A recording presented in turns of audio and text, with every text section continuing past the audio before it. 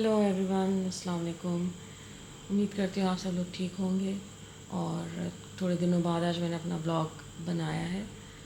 कुछ चीज़ें डिले हो रही थी और बन नहीं रहा था मुझसे। पैलेट से जो कि मुझे काफ़ी डिफरेंट लोगों ने रेकमेंड की कि आप ये वाला पैलेट यूज़ करें या आप ये वाला पैलेट एज ए बिगिनर आप इस पर काम कर सकते हैं। तो पहली पैलेट जो मुझे मिली वो ये पैलेट थी। एक वुडन पीस है ये, और ये किसी भी आर्ट शॉप से आपको मिल जाएगा। तो मुझे नॉलेज नहीं थी इस चीज़ की इतनी, तो मैंने इसको परचेज़ कर लिया ये सोच के कि स्टार्ट के लिए बुरा नहीं है। लेकिन थोड़ा सा काम करने के बाद और थोड़ी चीज़ों को समझने के बाद मुझे ये एहसास हो गया कि ये चीज़ नहीं लेनी चाहिए। तो मैं आपको ये रेकमेंड करूँगी कि आप ये चीज़ नहीं परचेज़ करें। इससे बेहतर ऑप्शंस हैं और इससे करेक्ट ऑप्शंस हैं जो कि आप ख़ुद बना सकते हो। वो मैं आपसे अभी शेयर भी करूँगी कि मैंने किस तरह से अपनी पैलेट बनाई है। सो ये एक ऑप्शन है जो मुझे बोली गई कि आप इसको इस्तेमाल करें, तो मैंने इसको परचेज़ किया। तो मैं ये आपको बिल्कुल भी मशवरा नहीं दूँगी कि आप ये पैलेट ख़रीदें। एक तो ये पैलेट है। उसके बाद दूसरी चीज़ जो आर्ट शॉप्स पे मिल रही है वो है एक्रेलिक की शीट। वो है ये वाली एक्रेलिक की शीट। अच्छा, इस पे मैंने थोड़ा काम किया, थोड़ा अपने पेंट्स वगैरह, एक दो छोटी पेंटिंग्स मैंने एज अ टेस्ट बनाई, और उस पर थोड़ा कलर ज़ाहिर है फ़ौरन तो यूज़ नहीं होता, कुछ कलर ड्राई भी हो गया और कुछ बीच में मेरा गैप आ गया जिसकी वजह से मैंने पेंट नहीं किया। तो वो कलर जो था इसके ऊपर काफ़ी स्टिक हो चुका था। फिर मैंने इसको स्क्रैप करके साफ़ किया। मुझे इसमें बहुत डिफ़िकल्टी मैंने महसूस की कि इसको उतारना बहुत मुश्किल है और अभी भी मैं इसे पूरी तरह से साफ़ नहीं कर सक रही। तो ये भी मतलब मैं इसको यूज़ कर सकते हैं, ऐसी बात नहीं कि यूज़ नहीं हो सकता, पर मैं इसको कभी भी ये चीज़ आपको नहीं कहूँगी कि आप go for this one. Even अगर आप बिगिनर भी, तो अपनी ज़िंदगी मुश्किल बनाने से तो कोई फ़ायदा नहीं होगा। सो आप ये चीज़ मत ख़रीदें। लेकिन अगर कुछ भी नहीं है तो फिर ख़रीद लें। तो ये है, इसके नीचे ये पेपर लगा हुआ है। तो ये मैंने उतारा नहीं था अभी तक, ये पेपर इस पे लगा हुआ है। तो इस तरह से है ये पेपर इसका। तो एक मुझे ये पैलेट बोली गई थी कि आप ये ले लें, तो ये तो हो गई दो पैलेट्स। इसके बाद मैंने ये सोच लिया कि नहीं, ये नहीं हो सकता। और मेरी काफ़ी रिसर्च और काफ़ी मेहनत के बाद बहुत सारे यूट्यूब चैनल्स मैंने देखे, बहुत सारी बुक्स मैंने जब थोड़ी बहुत स्टार्ट की पढ़नी, तो मुझे ये इन्फॉर्मेशन मिल गई कि मुझे ग्लास का पैलेट बनाना है, क्योंकि वो साफ़ करने में भी प्रॉब्लम नहीं है और वो रीयूज़ करना भी उसको आसान है। और जो आर्टिस्ट होते हैं वो यूजली उसी को प्रेफर करते हैं, और जो मतलब प्रॉपर आर्टिस्ट होते हैं वो उसी को यूज़ कर रहे होते हैं। तो ये वो दो पैलेट्स हैं जो मैंने बनाई है। इसको मैं साइड पे कर देती हूँ। ओके, ये वो दो पैलेट्स हैं। ये शीशे की पैलेट है जो मैंने बनाई है। ग्लास है, ये छोटा ग्लास का पीस कटा हुआ है, इसके अंदर ग्रे कलर का चार्ट पेपर लगा हुआ है, और ये डक टेप है जिसको कि मैंने चारों तरफ से इसे फ्रेम किया। भाई पीछे भी शीट है, कोई भी चीज़ लग सकती है। अच्छा, इसके नीचे इन ग्लास और इस शीट के बीच में मैंने गत्ते का पीस या कार्डबोर्ड लगाया हुआ है ताकि ये टूटे ना, वरना इसके नीचे फोम शीट लगती है जो इतनी आराम से मिल नहीं रही थी मार्केट में। तो मैंने सोचा इसका भी कोई ना कोई इन हाउस सोल्यूशन ज़रूर होगा। तो मेरे पास दो ग्लास के पीसेस थे, मैंने अपने लिए दो पैलेट्स बनाई हैं, वो ये है। और मुझे काफ़ी अच्छी भी लग रही हैं। यूज़ करने के बाद मैं इसका आपको रिव्यू भी दूँगी। अगर आपको ये बनानी है और आप चाहते हैं कि मैं इसकी भी डेमो बनाऊँ, तो मुझे मैसेज ज़रूर ड्रॉप करें, मैं आपको इसकी भी डिटेल शेयर करूँगी। तो ये इस तरह से बनी हुई है, इस पर भी डक्ट टेप लगी हुई है। इसमें कोई इतना, या तो आम आप शीशे वाले से पीस कटवा भी सकते हैं, और इसे यूज़ करना भी आसान है, और इस पे मतलब साफ़ करना भी इसको आसान है। तो ये दो पैलेट्स हैं जो मैंने बनाई है अपने लिए। These are the two palettes. मैं आपको ये रेकमेंड करूँगी, ये दो भी मार्केट में अवेलेबल हैं अगर आपको आसान चीज़ करनी है, पर मैं ये चीज़ आपको रेकमेंड नहीं करूँगी कि आप ये दो पैलेट्स यूज़ करें। अब मैं क्या करती हूँ, मैं इसके ऊपर अपना आर्ट वर्क कोई छोटा पीस रख के उसके ऊपर मैं ड्राइंग करने के लिए एज अ बोर्ड इसको यूज़ करती हूँ, या कोई पेस्टल्स में कभी कोई काम करना हो या कोई स्केच करना हो, तो ट्रायल के लिए मैं इसके ऊपर अपना काम करती रहती हूँ। सो ये तो सी पैलेट्स जो कि मैंने सोचा मैं आपके साथ शेयर करूँ। अच्छा, अब दूसरी मेन जो बात आ जाती है वो आ जाती है ब्रशेस के ऊपर। ख़रीदा जो कि ये है। नॉर्मल सा सेट है जिसमें मुझे मल्टीपल ब्रशेज़ की ऑप्शंस मिल रही थी, अलग अलग तरह के ब्रशेज़ थे, इनके नाम भी होते हैं। तो मैंने कहा चलो स्टार्ट के लिए थोड़ा, ये भी एक्सपेंसिव था, ये चीपर वर्जन नहीं है, ये बिल्कुल भी ऐसा नहीं मैं कह सकती कि बहुत चीप था तो मैंने इसको सस्ते के चक्कर में ख़रीद लिया, ऐसा नहीं है। ये एक मीडियोकर रेंज के ब्रशेज़ का सेट है, लेकिन जब मैंने इसे यूज़ किया तो आई वाज़ वेरी डिसअपॉइंटेड, क्योंकि जैसे ही इसको मैंने टर्पेंटाइन में डाला साफ़ करने के लिए तो इसके ब्रिसल्स बिल्कुल तबाह हो गए, मतलब जल गए। अगर मैं आपको दिखा सकूँ तो इसके ब्रिसल्स जो है ना वो बिल्कुल जल गए जिस तरह से ना, मैं अगर कोई पेंट लगाती भी हूँ ना तो वो अजीब से उसके बहुत सारे स्ट्रोक्स आ जाते हैं। तो इस तरह के सेट आप मत ख़रीदें, इतने सारे ब्रशेज़ आपने शुरू में यूज़ करने भी नहीं हैं। तो मैंने सोचा ये ब्रश भी मैं आपको दिखा दूँ कि ये गलती ब्रशेज़ में मैंने कौन सी की थी, और मुझे यकीन है कि हर स्टार्टर कहीं ना कहीं जाके ये गलती ज़रूर करता है कि वो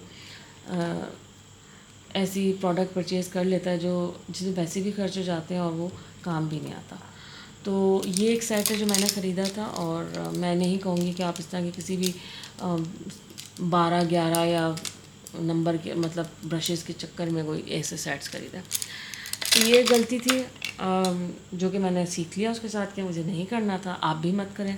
अच्छा, ब्रश ख़रीदते हुए एक चीज़ का हमें ध्यान रखना है, वैसे तो इनके ऊपर ग्लू लगी हुई होती है, लेकिन जब आप ब्रश ख़रीदने जाएँ तो ये हम ऑयल पेंट में जब यूज़ करेंगे तो हमारे पास हमेशा ये ब्रश जो होता है ना हार्ड ब्रश होता है। उसके बाद दूसरा मैंने जो एक सेट ख़रीदा वो बहुत सॉफ्ट है, वो भी एक गलत ऑप्शन थी जो मैंने जाके ख़रीद ली, और वो है ये ब्रशेस। तो ये बहुत सॉफ्ट है, इस तरह के ब्रशेस जो है वो एक्रेलिक्स में यूज़ होते हैं, इन ब्रशेस को हम ऑयल पेंट्स में यूज़ नहीं कर सकते। अब जैसे ये थोड़ा बहुत इस्तेमाल हुआ है तो इसकी हालत से नज़र आ रहा है कि इसकी काफ़ी हालत ख़राब है। और ये इतने सॉफ्ट ब्रशेस जब ऑयल में और क्या नाम है इसमें टर्पेंटाइन में या इस तरह की किसी सॉल्वेंट में हम डिज़ोल्व करते बार बार तो वो जल जाते हैं। फिर भी मतलब एक्रेलिक्स में आप इसे यूज़ कर सकते हैं। These are very fine brushes. Brush मिले दो मैंने, क्योंकि ये महंगे ब्रश थे, इसका पूरा सेट था, लेकिन इन सेट से ज़्यादा ये एक्सपेंसिव है। तो ज़रूरी नहीं है कि बहुत सारे ब्रशेज़ लेके एक साथ हम काम शुरू करें। तो मैंने 2 शेप्स के ब्रश लिए हैं, इनके नाम लिखे होते हैं, जिस तरह इसके नाम लिखा हुआ है ब्राइट और फिल्बर्ट। अगर थोड़ा सा गौर से देखें तो जो फिल्बर्ट है ये आगे से राउंड है, ये राउंडिश सा ब्रश है, और जो ब्राइट है ये आगे से स्क्वायर टाइप का ब्रश है। तो ये 3 ब्रशेज़ हैं। अब जो मैं इतने सारे ब्रश ख़रीदने के बाद अब मैं सिर्फ इन 3 ब्रशेज़ से काम करूँगी। अब हम आ जाते हैं पैलेट नाइफ्स की तरफ, जिससे हम कलर बनाते हैं। ये भी मुझे नहीं बताया, इवन मेरी क्लास में मुझे किसी ने नहीं बताया कि ब्रशेज़ से पेंट नहीं मिक्स करना। मतलब जिस तरह हम ऑयल पेंट जिस तरह हम वाटर कलर पोस्टर पेंट्स लेते हैं, उस तरह हमने ब्रश से नहीं मिक्स करके कलर्स बनाने।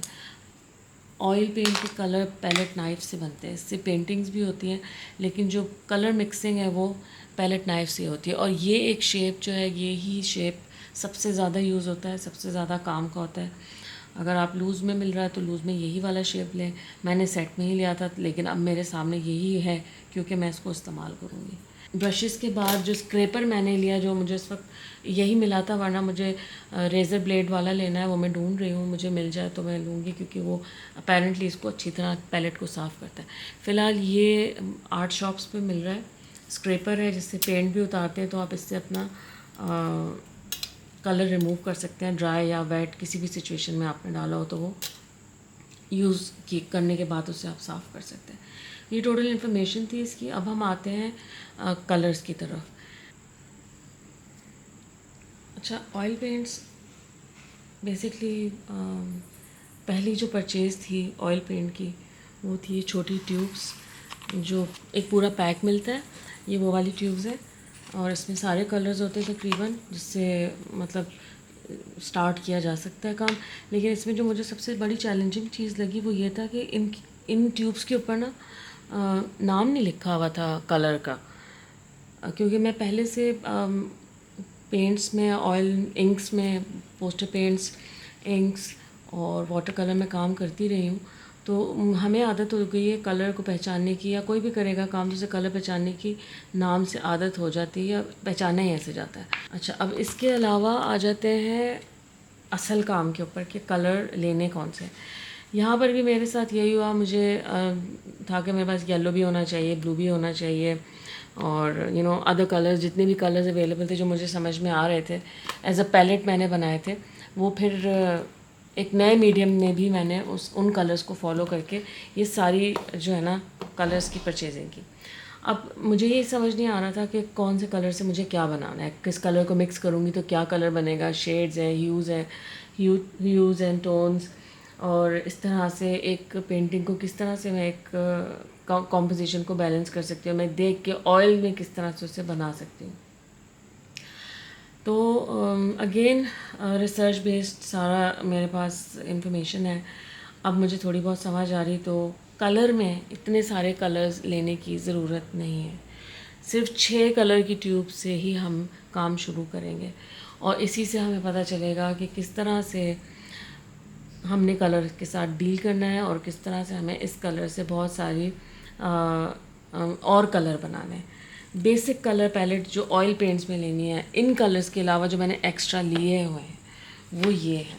ये 6 वो कलर्स हैं जिनसे बेसिकली हम अपना काम शुरू करेंगे। इनमें प्राइमरी कलर भी है, रेड, येलो एंड ब्लू, और उसमें थोड़ा 1-2 कलर्स और है, जैसे आप ब्राउन्स की पैलेट हो गई, ब्लैक भी मैंने जो रिसर्च की मैंने लिया हुआ तो है ये लैम्प ब्लैक कलर, लेकिन जो मैंने रिसर्च की उसमें वो यही एक चीज़ मैंने देखी कि बेहतर है कि आप ब्लैक कलर खुद बनाएं, तो वो कलर भी बनाया जा सकता है। उसके लिए भी काफ़ी कलर्स मिक्स करके हो सकता है, जिसमें ये वरीडियन ग्रीन कलर है, इसको मिला के एक कलर के साथ ब्लैक बनाया जाता है, जो मैं आगे कभी जब बनाऊँगी प्लेट में। वो है येलो ओकर, ये कलर होना चाहिए आपके पास स्टार्टर पैलेट में। फिर आपके पास है कैडमियम येलो कलर, थोड़ा सा फ्रेशर पैलेट है। ये ओकर जो है थोड़ा सा डल है, थोड़ा सा म्यूटेड टोन है, ये थोड़ा सा फ्रेश, बिल्कुल जो है एक फ्रेश आपको येलो कलर देगा। फिर आप दूसरा लेंगे एलिज़ियन ग्रीन क्रिम्सन, ये कलर आपने लेना है बेसिक कलर पैलेट के लिए। ये बिल्कुल ब्लड रेड कलर है, इसके अंदर येलो कलर का इसका बेस टिंज आता है, और ये बिल्कुल आपका ब्लड रेड कलर की तरह से इसका रिज़ल्ट आता है। दूसरा कलर है कैडमियम रेड, ये आपने लेना है। तीसरा ये आपके पास 4 ये हो गए। फिर आपके पास आता है अल्ट्रामरीन ब्लू, ठीक है, इस पे ना जाएं, ये अल्ट्रामरीन ब्लू है, अंदर से ब्लू ही है, तो इन्होंने अपनी पैकिंग चेंज कर दी है, वरना पहले मेरे पास जो अल्ट्रामरीन था वो ऊपर से इसी तरह से यूँ ब्लू था, तो ये अल्ट्रामरीन शेड है।